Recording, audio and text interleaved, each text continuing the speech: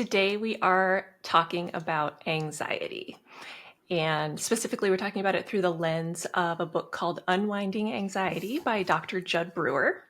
Here she is.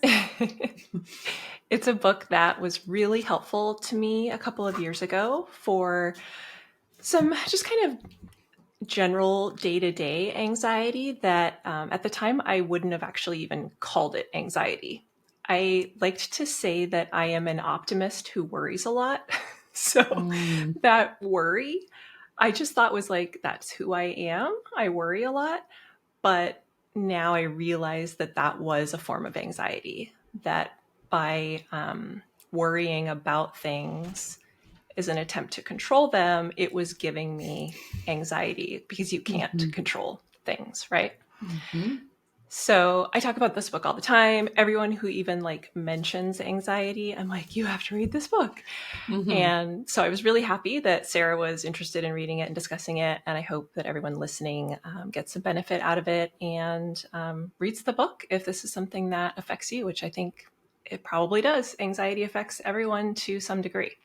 100%. And to build on that, I don't know if you remember this, but it was actually in between us working together in the capacity when I was your coach and you were my client, and then us deciding to launch this podcast. In between that time, you emailed me spontaneously and you said, "Oh, I just read this book. It's called Unwinding Anxiety. I think you're really going to love it."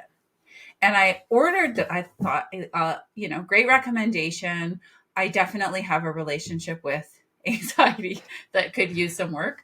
So I ordered it and I didn't read it until you and I decided to feature it as part of our book club. So it gave me the impetus to dive into the book. So that's the history of how I came to the book, all of it having to do with you. So thank you for bringing it forefront to my life, and excited to chat about it today.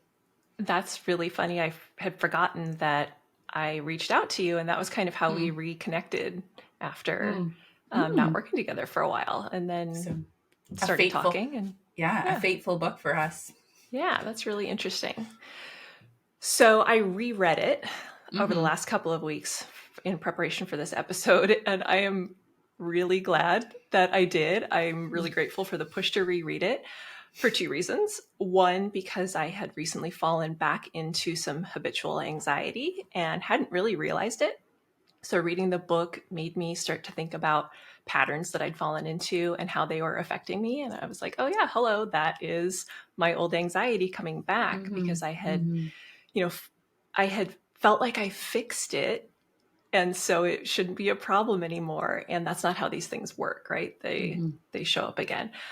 But I was also grateful for rereading it because it turns out that I had like nailed 60% of what the book talked about and then completely got the last 30%, which is kind of the most important part for Dr. Brewer's process of rewiring anxiety, which we'll get into. But I thought that I was doing great because I'm doing steps 1 and 2, and I had totally screwed up step 3. So So it was great to reread it and to hopefully get it right this time. But I think that speaks to the value of what is in the book, that I had great progress, only getting 60% of it right. Yeah. And it speaks to the value of reviewing.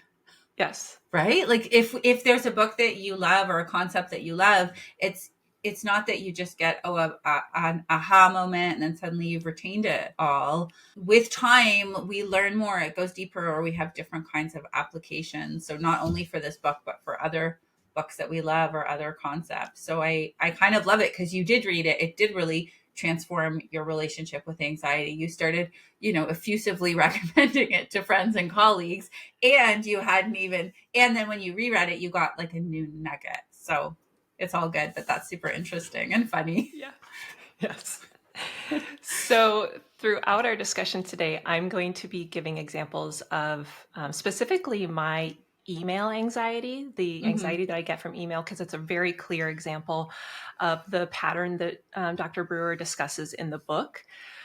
But I wanted to take a minute to just maybe kind of have a short conversation about our respective relationships with anxiety, your history with it, where it shows up for you, how it impacts you, kind of whatever you're comfortable sharing. 100%. So I definitely have an existing relationship with anxiety, which first emerged. I don't know how old I was. I always just worried a lot. Even as a little girl, I was always worried that somebody was going to take me, or that our car was going to get hijacked, or somebody was going to jump out into traffic. I was always scared about driving since I was a little girl. So I had a lot of fears, and I didn't know if that was normal. I didn't know if everybody was that scared. And also, I mean, I didn't have a therapist or psychiatrist at the time to diagnose this for me, but I would say that I was very high functioning, anxious person, and also very optimistic. Mm-hmm. The way you are. I'm super hopeful. I'm super optimistic. I'm very positive. Positivity is my number one strength on the Clifton Strength Finder. And so I kind of live with the polarity of both, this catastrophizing. So, you talk about your this anxiety manifestation specifically with email. I have less so with that. And some of the examples in the book, I have less of a connection to. For example, there's a lot of talk about addiction in the book as a manifestation of anxiety. I would say my addiction is less so to, food or alcohol or behaviors, and more around the addiction to actually worrying about something or catastrophizing about something when it comes to anxiety. So ever since I was a little girl, I had anxiety. I thought it was, they were valid worries, concerns. And then as I became a teenager, an older teenager, I did more research. I, worked with doctor around it, and realized that those were anxious thoughts, and it was my brain kind of working overtime, and they weren't necessarily real threats the way that my brain was making me believe. And so since then, my relationship with anxiety has definitely evolved. I can separate myself sometimes from the fear itself. Um, and I can notice, oh, wow, I'm really being hijacked by this fear. So I definitely have more awareness of how it impacts me. And I have some tools, not unlike the ones he describes in the book, though he details them more clearly, which is helpful. So I would say the anxiety has persisted, I suppose, but my relationship with it has evolved. I have a better relationship with it. At the same time, always room for growth. I'm always open for more tools to handle it, more effectively, because it's such an unpleasant feeling. It's such an unpleasant feeling, and it has an impact. It has an impact on what I do, right? It can have an impact on risks that I will end up not taking, or I perceive them as risks, but they're actually, maybe to another person, it won't be a risk, etc. So yeah, to bottom line, long relationship with anxiety, definitely more awareness of it, more tools today, but super interested in the topic because it continues to rear its head. Yeah. It's interesting hearing you talk about your experience with it, because I wouldn't say I was an anxious kid. I was like a high achiever, and that kind of like high strung kid, but I would not say that I ever worried about anything as a kid. Mm. It really didn't come in until, I would even say, like my mid-20s and later, when I started like really adulting. Mm. That's when it started showing up. But at the same time, 80% of what you just said, I could have said the exact same thing, right? I'm a Mm. very positive person. I'm a very optimistic person, and I worry about everything. So Mm-hmm. I think that this story and this experience is probably something that a lot of people are going to be able to identify with. And maybe Mm-hmm. we'll even say, she just said exactly how I feel. So Mm-hmm. I think that that's really important for people to hear, that I would say everyone is probably dealing with this on some level, and it's probably a lot more similar than we think. Yeah. Because, anxiety ultimately is fed by this need that we have to be able to control outcomes Mm-hmm. Mm-hmm. and to want to know what's going to happen. We're very Yeah. uncomfortable with uncertainty. Our brains hate uncertainty. Yeah. And so we get really anxious if we don't know what's going to happen and we don't have any control over outcomes. I love when he explains that anxiety equals fear plus uncertainty. Yeah. So it's exactly what you're saying. It's a fear of something going wrong, and then the uncertainty, the lack of control. Right. So the crux of the book is that anxiety is a habit. So as you mentioned, there's a lot of discussion about addiction in the book because he has done a lot of work in like smoking cessation and other work with addicts of various substances, and using the framework of the addiction being a habit to resolve the addiction. And through that process and through his own experience, which he describes in the book, he discovered that anxiety has the same pathways in the brain and the same loop of having a trigger, a behavior, and an outcome. Mm-hmm. That's an addiction, it's a habit, it's anxiety, it's basically everything that we do. Like if you really start looking at your day to day, that is all that we're doing is trigger, behavior, result. Mm-hmm. So with anxiety, something triggers your anxiety, whatever that is for you. You feel anxious, that feels icky. Mm-hmm. So you want to do something to alleviate that. So for some people, the thing that they do is eat or smoke or even procrastination, which we've done a whole episode on. That is a huge way that some people avoid anxiety because they like get all wrapped up about the thing that they need to do and that feels icky, so they go and clean the bathroom because that feels a whole lot better than doing the thing that they have anxiety over doing. The problem with that is that every time we go through that habit of anxiety, doing something to alleviate it that is not actually a solution, and then feeling the anxiety being better, at least for the short term, every time we do that loop, we're creating a habit. And we are creatures of habit. Our brains love doing the same thing over and over again because it takes less energy. You don't have to think about it. You just do it. So then that means your brain is going, okay, every time that trigger happens, I feel anxious and I get this thing. I get to eat a cake or I get to, do whatever it is. It doesn't actually even have to be anything that's rewarding, which we'll get into because it's super interesting. But every time you do that, have that loop, it becomes a habit and your brain goes, okay, so every time this thing happens, I should get anxious. So then you're just feeding more and more anxiety. And I hear this from so many people where they're like, 10 years ago, I wasn't anxious, or I would get a little anxiety here and there, but I feel like it's just getting worse and worse and worse and worse. And this was a light bulb moment for me, putting together that I've heard this from so many people. And it's like, well, yeah, it's a habit. So it is going to happen more and more and more and more. It's just the way our brains work. And I think one of the interesting parts of the book and his sort of premise is that it's a habit, and so we might, some of us might know we're having this habitual response, but typically as people we try to respond to it by thinking our way or talking our way out of it, like rationalizing our way out of it, and that is not successful because those grooves are so established.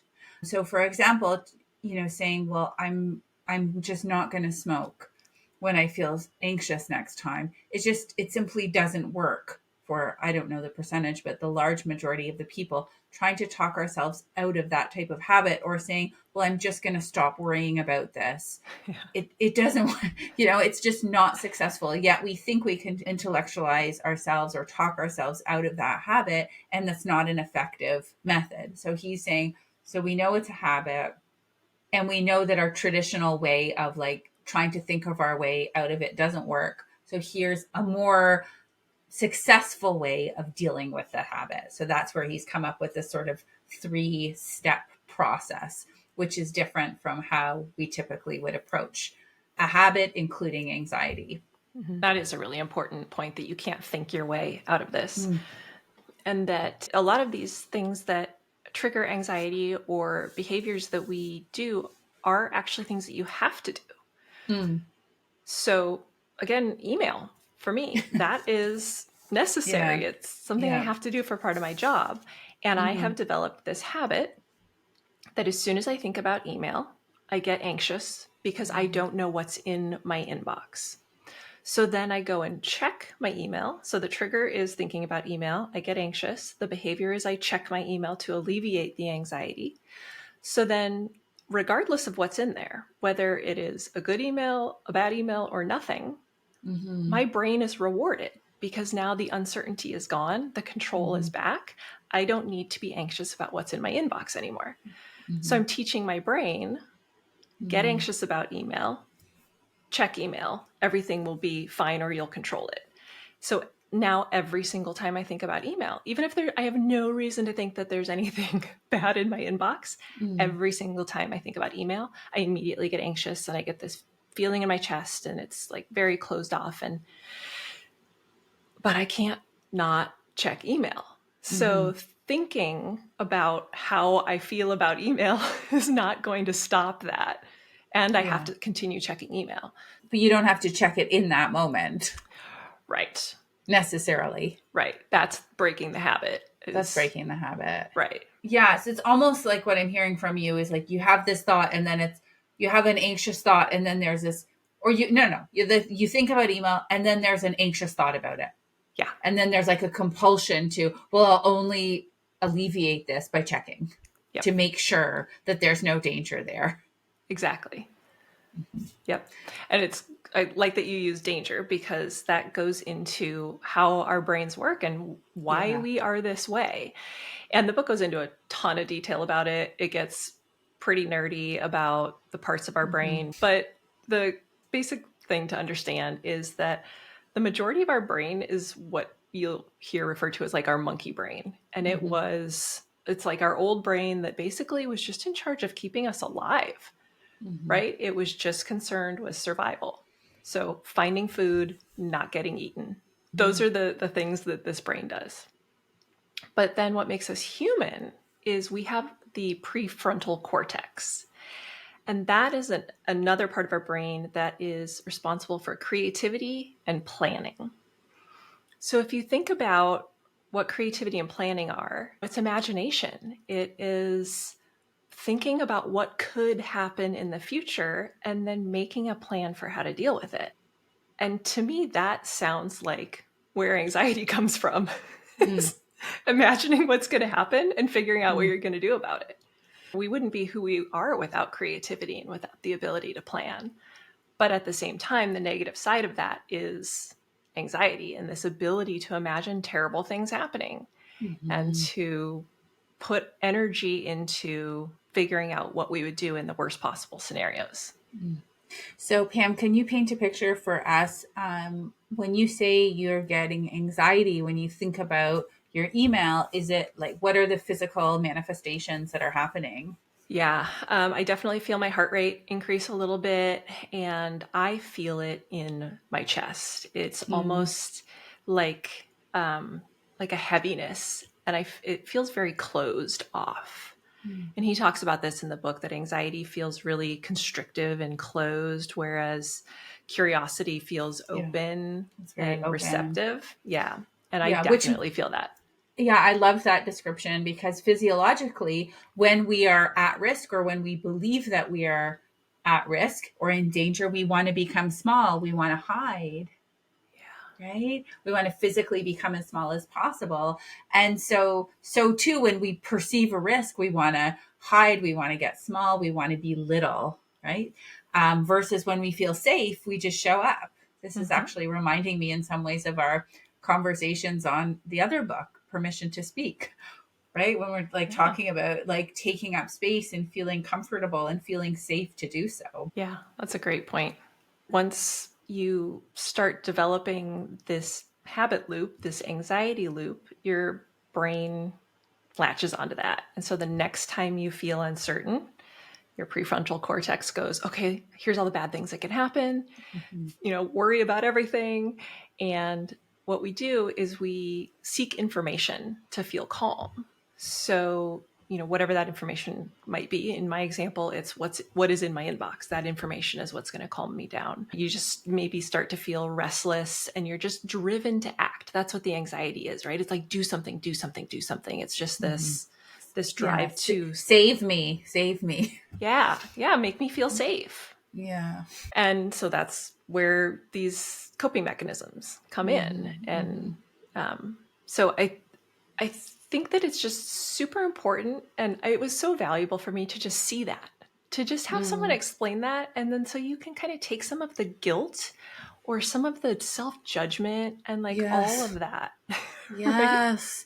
I love that you're saying that, because we can be very judgmental. I can be judgmental of myself in some moments of when I've had, bigger bouts of anxiety, thinking, why am I so worried about this? Because there's a part of me that might know that it's not realistic, or that other people wouldn't be so anxious about it. Right. Presumably, even though they're anxious about their own thing, right? It's so easy to think like, this is ridiculous. What's wrong with you? Get over this. Don't worry about this so much. Don't panic about this. Don't imagine the worst case scenario. You don't have to do that. And it's so easy to be hard on myself instead of thinking like, this is just my brain trying to protect me. And these are the grooves that have developed over all these years of me trying to be safe in this very unpredictable world. So naturally, my brain might go there sometimes. Yep. And what's particularly insidious about that self-judgment is that the judgment itself can reinforce the anxiety habit. Totally. We're going to talk about the habit loop, which we've mentioned is trigger, behavior, result. But sometimes you will hear reward used instead of result when we're talking about habits. And the reward doesn't actually have to be something good. We have to be really clear about that. That's why we're going to use the word result instead of reward, because all we're doing is having a trigger, a behavior, and then feedback for your brain. So if you have anxiety and then chastise yourself for having anxiety, that is feedback to your brain.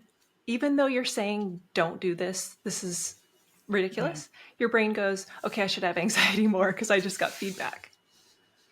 It's bizarre, but it's the truth. So, like you said, you can't think your way out of it. You can't judge your way out of it. You can't say, stop doing this. Just calm down. Right. Right. I mean, if that worked, none of us would have anxiety. Oh right? My gosh, hilarious. It's like the most triggering comment. Okay, so let's get into this habit loop and talk about mapping it out a little bit. So I mentioned mine, which is think about email. That's the trigger. I get anxious about email. That's the behavior.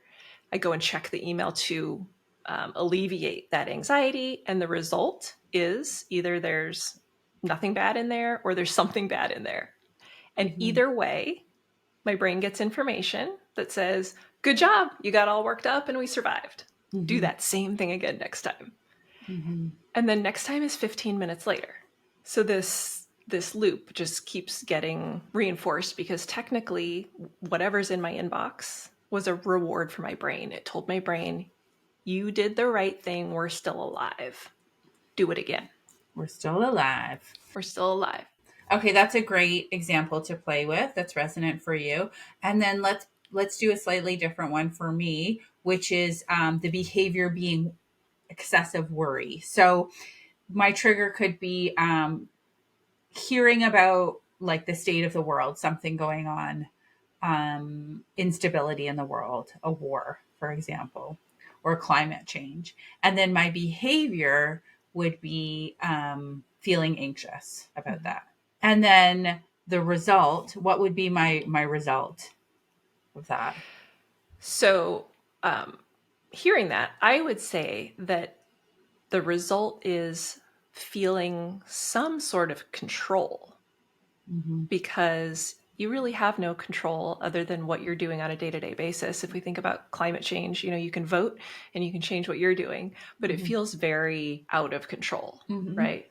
A war across the world feels very out of control. Getting anxious about it and thinking about it, you start feeling like maybe a sense of control because you are thinking about what you can do. I think that's right. I think that it's a sense of it's misplaced control Yeah. or, unhealthy, false control. But yeah, so the trigger is conflict in the world. The behavior that I will have around it is catastrophizing. A lot of worry thoughts around it. And then the result of that is feeling of some kind of control about my own role in this situation. Yeah. Do you, when you start worrying, do you go and read a lot of news articles, find a lot of information, research? Yeah, Yeah. sometimes I'll put a pause in that because I'm realizing the effects, but definitely when certain news stories are impacting me a lot, I'll go through the news cycle and then maybe read 17 articles about the same topic, Yeah. right? And that's a reward for your That's a brain, all that reward. information. Our brains love information. Yeah. So I think I love this because we're highlighting what you said before. And this was something that took me a while to wrap my head around. And I'm still sort of wrapping my head around it. It's not a real reward. Like when I was thinking Right. about, right, for me, the trigger, conflict in the world, behavior, I'm feeling super anxious and worried about it. The result being, oh, I've read a bunch of articles and I feel worse, but in control. It's not like the world's greatest reward, yet it's the result. And there's something also soothing. I don't know if he uses the word soothing, but there's something like comforting about having the same loop over and over again, even if it feels bad. Yes. That's what the reward is in the familiarity. Reward, I'm putting in quotation marks. Yes. Yes. The familiar pattern is very, The familiar pattern is the reward. yeah, Yeah, that absolutely. that gives me something. Okay, great. So I just wanted to run through those two examples. Yours is the email anxiety, and then your action, your result is checking. And then Mhm. mine is the state of the world anxiety. And then my action is just keep worrying about it and read more about it and feel sort of a misplaced sense of control about it. Yeah. Or even if you don't have the control, there's a little graphic in the book as well that shows how anxiety itself is the feedback loop. So Right. you hear about something, get anxious, that and worry, that creates more anxiety, you worry more, Yeah. and it just like ping pongs back and Bing forth. bong. Yeah. This is the worry that never ends. Right. Yes. So another layer of this is the idea of variable rewards. Mm, And people may have heard about this with social media or with gambling because social media is built on the principles of what makes gambling addictive. mm, So basically, all variable rewards means is when you do something, the result that you get will be different every time. So when you play a slot machine, you might lose, you might get half your money back, you might win. You don't know. But if you're playing a slot machine with variable rewards, you are much more likely to continue putting money in that than if you're playing one that you know what's going to happen every time you pull the lever. really? I didn't know that. Oh, yeah. There's actually a study. A guy took, I think they were chickens, they're some sort Mm, of bird, and he put them in this study where they had two little buttons that they could press. And with one button, if they pressed it, every time they pressed it, they would get like 15 pieces of food. okay. With the other button, when they pressed it, sometimes they would get less food. Sometimes they would get a huge pile of food that was bigger than the 15. But over like 10 presses, the result was less. They would get less Mm, food with the variable rewards button than they got with the constant rewards button. mm-hmm. And they would still choose the variable rewards button, even though the Right. payout was actually less. So we're just drawn to the excitement. It's the excitement, it's the Mm, mm, dopamine. It's you mm, get a little hit, it's a little like, ooh, what's going to happen? And with social media, this happens because, like, let's say you post and then you go and you check constantly because you don't know if someone's going to like it or someone's going to comment or if mm-hmm. someone's going to, repost it, like whatever. You don't know. And every time you look, it's different. So it's exciting and you get that bigger dopamine hit. Hmm. So with habit loops, if you're dealing with something that has a variable reward, which most things do, it's even more addictive. So with my email example, this is gambling. Every time I check my email, it's either no news, good news, or something I don't want to deal with. So that is extremely addictive because of that variable reward problem in our brains. So just being aware of that, being aware of what the result is that your brain is getting, and if it is something that is variable like that, that can make it even more powerful. And we only have to do these habit loops a couple of times for them to very quickly become ingrained. It's not like you have to feel anxious and do a behavior 100 times for it to get ingrained. Yes. It's so quick. I know. I've noticed that about worries. Like I'll have a brand new worry and then the next day I'll think about it again. Right? It's like, oh, it's been introduced. Oh, there it is. Oh, this one, right? As though it's this fully formed entity. And it's annoying. It's like, this is a brand new worry. Why? Why is this now? Why do I keep revisiting it? Because it doesn't take long. Yeah. Yep. Yeah. Super interesting. It is, because if we think about how hard it is to create a habit, like if you want to start working out or Yeah, like a habit you want. Yeah. right. Yes. If you're trying to create a habit, it's so hard. You have Yeah. to revolve your life around this new habit for the next year to Oh get my it to gosh. stick. Totally. But a worry, here you go on a silver platter. So, should we talk about how we retrain our brains? So the first step, which Dr. Brewer calls first gear, because he apparently is a bicyclist, so he uses this first, second, and third gear as his analogy for the steps. The first gear is, as we always say, awareness. First step is always awareness. Always. You start by just kind of paying attention to where you have these habit loops in your everyday, and even write them down. The trigger, behavior, result, those three things. Try and identify what those are. It can be anything, like I said, from procrastinating and avoiding doing things that make you feel anxious. Literally anything that you do on autopilot that doesn't fit with who you want to be can fall into one of these habit loops that you can retrain. So, first gear, noticing, mapping out your anxiety. The second gear is the behavior or the practice that we just went through with Sarah's anxiety, which is asking, what do I get from this? Mm-hmm. Mm-hmm. And this part can be a little bit difficult, Yeah. as we just said, because it might not be obvious. Yeah. Because anxiety feels terrible. So you're like, what? I'm not getting anything out of this. Yeah. There's no benefit here. But if you think about, what does the behavior that you're doing feel like in your body? So if eating is the behavior that someone does to alleviate anxiety, when you first take the bite of that food that you're not supposed to be eating, or the whatever you're going to binge on, when you get that bag of chips out of the pantry, you stop feeling anxious because now you're getting these delicious calories and you feel relief at first. For sure. So if you really tap into that change in feeling in your body, that can help you see what you're getting from the behavior. And the same process is paying attention to what emotions come up. So if you find that you are really anxious, and then you do a certain behavior and you feel better for an hour, and then you feel much worse after that, feeling better for an hour, that's what you're getting from the behavior, even though the end result is you feel much worse. That temporary reprieve where you feel good, that's your reward. That's what you're getting out of it.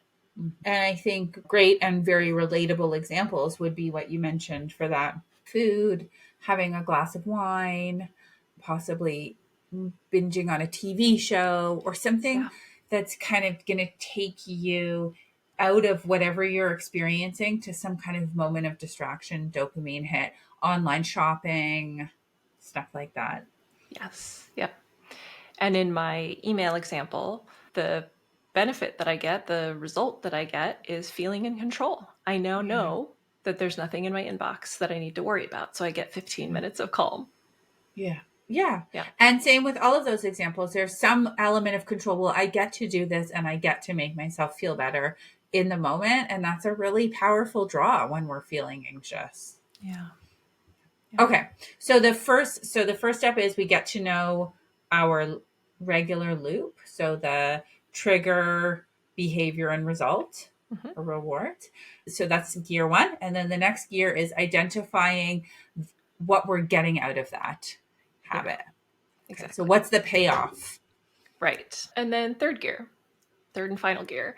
This is the one that I completely screwed up after reading the book the first time and gave some bad information out, which I'll talk about. But the third gear is it's really mindfulness and it's curiosity. And he talks about having a bigger, better offer to retrain the habit. So the idea is you have the trigger, you feel the anxiety come up, and then instead of doing the behavior that you have ingrained, you have what he calls a bigger, better offer, which is supposed to be something positive that you do instead of feeding the anxiety. So the first time that I read this, I was like, okay, well, then the idea is just to have something like calming that will alleviate the anxiety. So I was using nature as my bigger, better offer. So when I would feel anxious, I would look out my window and I would kind of breathe and find something interesting to look at outside. And that worked ish. Like it would calm the anxiety in the moment. But what it wasn't doing is breaking the habit loop, because all I was doing is saying, okay, now you get anxious. You get the reward of 5 minutes of staring out the window. In rereading the book, I realized that I think it's maybe an issue a little bit with the way it's written, which is he really does make it sound like you can come up with your own bigger, better offer. Yeah, but he's only got two. Right. Yeah, really it is mindfulness and curiosity. That's it. That's all he says will work for this. So what the retraining of the habit loop actually is supposed to be is you have the trigger, you feel the anxiety, you get curious about the anxiety. So rather than running away from it or pushing it away by doing a behavior, you kind of tune into it and you think about like, oh, why am I feeling this way? And what is it that is driving this? And really pay attention to it more than trying to push it away. And he has a phrase in the book that I kind of liked. It said, don't just do something, sit there. So it's the flip side of don't just sit there, do something. And it is just to kind of remind you that like what you need to do is not feed the anxiety and to turn in and look at it. And he details two types of curiosity, which I found really interesting, because there's one type which is called deprivation curiosity. And that is curiosity when we don't have information and that bothers us. So if you can't think of an actor's name while you're watching TV and you immediately have to pick up your phone and figure out who it is because it's just like driving you crazy and you can't stop. Or for me, my email anxiety is actually deprivation curiosity. Yeah. I'm anxious about what I don't know. Yeah. So that curiosity feels bad, right? I mean, the actor example, it doesn't necessarily feel bad, but it's not expansive. But I think that it's actually super interesting because it's a new phenomenon. Like at 10 years ago, 15 years ago, or whenever we didn't have cell phones, what was that, 20 years ago? We would just watch a movie and we'd say, oh, what was he in again? Oh, well, I don't remember. But now, forget about it. Yeah. I mean, my husband is constantly checking IMDb to tell me, and I'm like, I actually don't care, but he really wants me to know what the other shows were or the other films were, right? So, or people needing to check their social media or needing to check whatever, or needing to check some kind of result of something that's happening in the world. We didn't have that before because we didn't have access to the information. Yeah. right? We'd actually have to go, I don't know how we'd find out about the films, go to the library or, place some phone calls to get the information. And so we didn't have this compulsion. So I think it does feel bad. Like it's, if somebody forgets their phone for a day, they're going to feel anxious because they're going to be deprived of that info. Yep. So that's really interesting that curiosity itself can have a like positive side or a negative side. So this deprivation curiosity can lead to more anxiety. The type that we want to foster is what's called interest curiosity. Mm.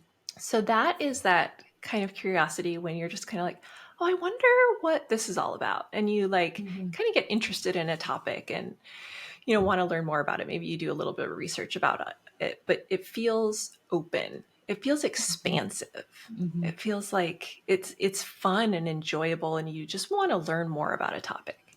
So we need that interest curiosity about our anxiety.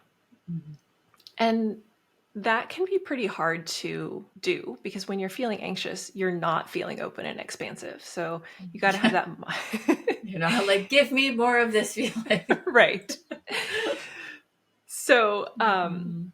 if you have done a lot of mindfulness practice, you could potentially be a person who can start feeling anxious and then, tap into it and just be like, oh, I wonder why I'm feeling this way. And, you may have success doing that, but he gives a trick that I've been playing with, which is to say, so, when you start feeling anxious, just go, like that sound, that sound that you make when you're curious about something. Mm-hmm. And it immediately changes how I feel. Like I cannot make that sound without feeling better. I almost smile when I make it. It's the weirdest Interesting. hack. Yeah. Well, it's creating some distance. You're observing yourself. Yeah. You're telling your brain as well that you're observing yourself. Yes. And then there's also the eye trick. That was for this one, right? So he says for this one that when we have really big eyes, so if you're watching this on YouTube, you can see it's like big eyes is I'm curious, whereas small eyes are like I'm nervous. So physiologically, if we make our eyes bigger as though we're really taking it all in, it can also create that a response where our brain is thinking, "Oh, I'm curious about what's going on." Yep. Yes. Wide open eyes. I Yep. like those kinds of physical things we can do, physical actions or words we can say. Yeah. And it's great that they're physical actions because that's what we need is to We tap do. We into do. the physical and to get back into the present because as we talked about what the anxiety is that prefrontal cortex thinking and planning and creating all these future problems. Yeah. So doing a breathing exercise using the and opening your eyes Opening up your wide. eyes. You're going to look silly, but it's going to work. Mm-hmm. And when I read the book the first time, I loved this part about the eyes wide open kind of thing. And I was telling CK about it. And I was like, did you know that you cannot be mad if your eyes are like wide open in a curious way? Mm-hmm. And so we were joking that if he sees me with my eyes really wide open, that he should be worried because I'm probably trying to deal with being mad about something. So funny. Yeah. But the trick here is, according to Dr. Brewer, is when you feel anxious, name what you're feeling, open your eyes really wide, say, and stay that way for 10 seconds. Breathe into it, stay there for 10 seconds. And what that does is instead of feeding the habit loop with the behavior that you don't want to repeat anymore, it replaces that behavior with this curiosity. And for whatever reason, because it's an internal behavior rather than something external that you're doing, that actually helps break the habit. So you stop over time doing this loop over and over again, and you will have to go, with your eyes wide open less frequently as you practice it. I've been working on that since rereading the book. I do think that it is helping. I've also made some other changes just in rereading the book. I realized that I spend a lot of time trying to create what Dr. Brewer calls an anxiety-free zone, and they don't exist. No. Right?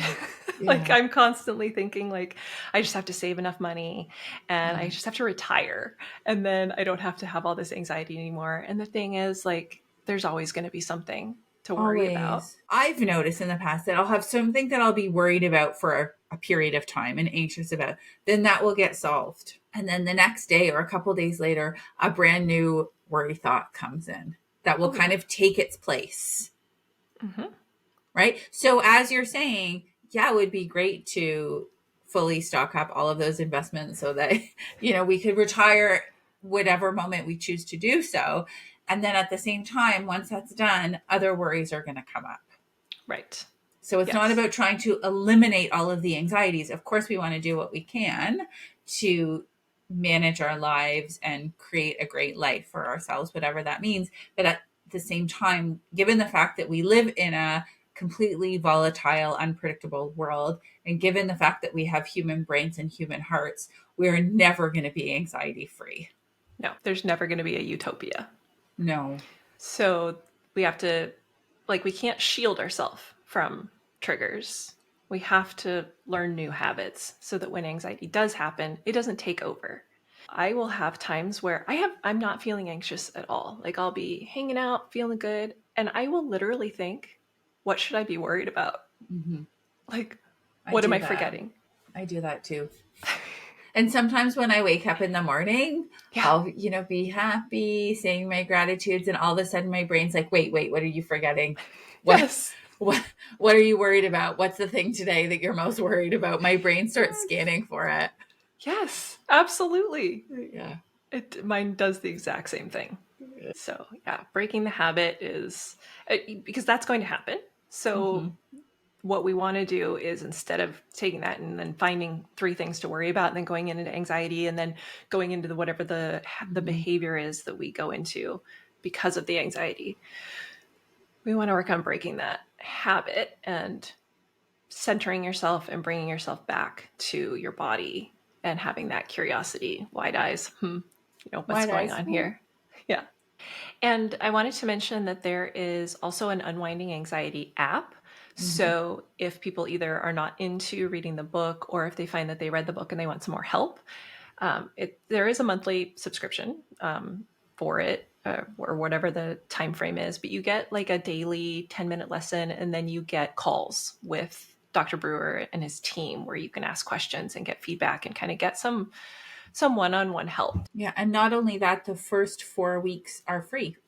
Oh, nice. Yeah. So I signed up for those. I'm gonna invest some time in that and see what I learn from it, because anxiety is here to stay for all of us, most of us at least. And so why not find the best way possible to live with it, navigate it, and do our best with it. Yeah. Try to make life a little bit easier. Always.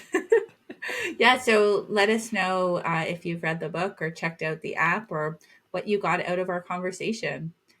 And our wish for you is a 2024 with a little bit less anxiety. A little more curiosity.